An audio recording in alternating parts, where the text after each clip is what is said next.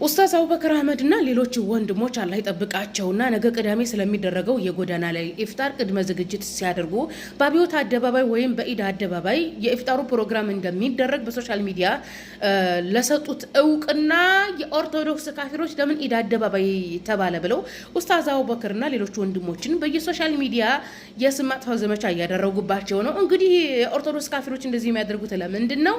ኢትዮጵያ የኦርቶዶክሶች ብቻ ናት ብለው ጭንቅላታቸውን ስለሞሉት የኦርቶዶክስ ደብተራዎች በዚህ ዘመን ኦርቶዶክሶች ጭንቅላታቸውን ስላላሳመኑት ስላላጸዱት ነው ካፋቸው የሚወጣውን ቆሻሻ የምናየው። በነገራችን ላይ ሙጂብ አሚኑን እስካሁን ድረስ ጥምድ አድርገው ያዙት። ጭራሽም የአርስ ምንጭፍጭፍ ነው ያካሄደው የሚሉት ለምንድን ነው?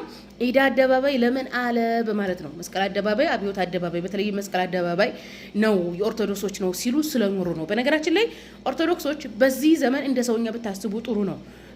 ኢትዮጵያ የኦርቶዶክስ ናት የተባለ ኦርቶዶክስ ሀገር በምትመራበት ሰዓት ነው። በዚህ ሰዓት ኦርቶዶክስ ሀገር አትመራ፣ ኢትዮጵያ የጋራችን ሆናለች። ስለዚህ ሙስሊሙ ኢድ አደባባይ ቢል፣ የኦርቶዶክስ ካፊር መስቀል አደባባይ ቢል፣ ሌላው አብዮት አደባባይ ቢል ያስማማናል። ለምን ኢድ አደባባይ ተባለ ብላችሁ አፋችሁን የምትከፍቱት? ለምንድን ነው? ጭንቅላታችሁን ስላላጸዳችሁት። ደብተራው የጫነባችሁ የቆሻሻ ታሪክ ያ ከጭንቅላታችሁ ስላልወጣ ነው። በነገራችን ላይ ኦርቶዶክስ በዚህ ዘመን ኢትዮጵያ የነናት ማለቱን አቁማለች ብትልም የሚሰማት የለም።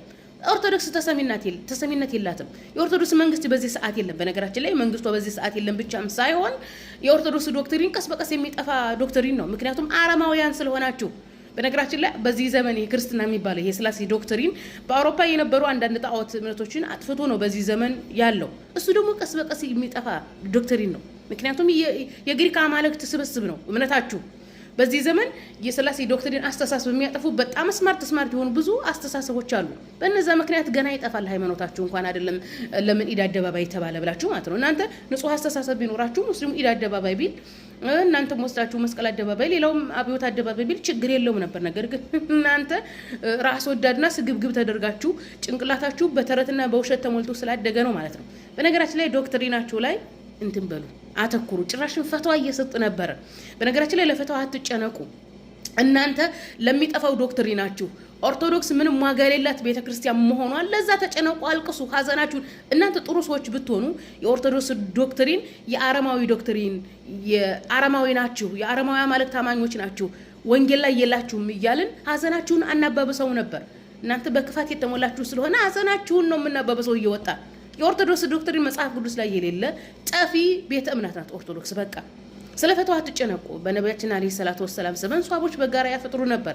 እንደውም አይ ቲንክ በረመዷን ጊዜ ይመስለኛል ሐዲሱ አቢ ዳውድ ላይ ያለ ሷሃቦች አንጠግብም ብለው ነቢያችን አለይሂ ሰላቱ ወሰላም ሲነግሯቸው ሷሃቦች ነቢያችን አለይሂ ሰላቱ ወሰላም ተሰብስባችሁ በጋራ ስለማትበሉ ይሆናል ተሰብስባችሁ በጋራ ቢስሚላህ ብላችሁ ብትበሉ በረካ ታገኛላችሁ ብለው ነግሯቸዋል።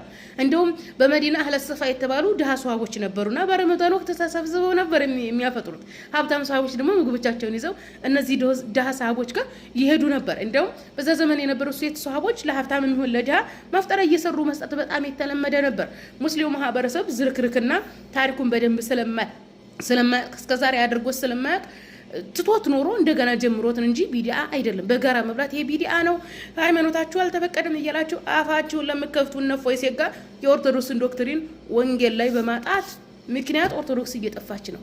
በዚህ ላይ ሀዘናችሁን ብታጣጥሙ ነው የሚቻላችሁ። ካፊሮች ሸር አድርጋችሁ አድርሱላቸው።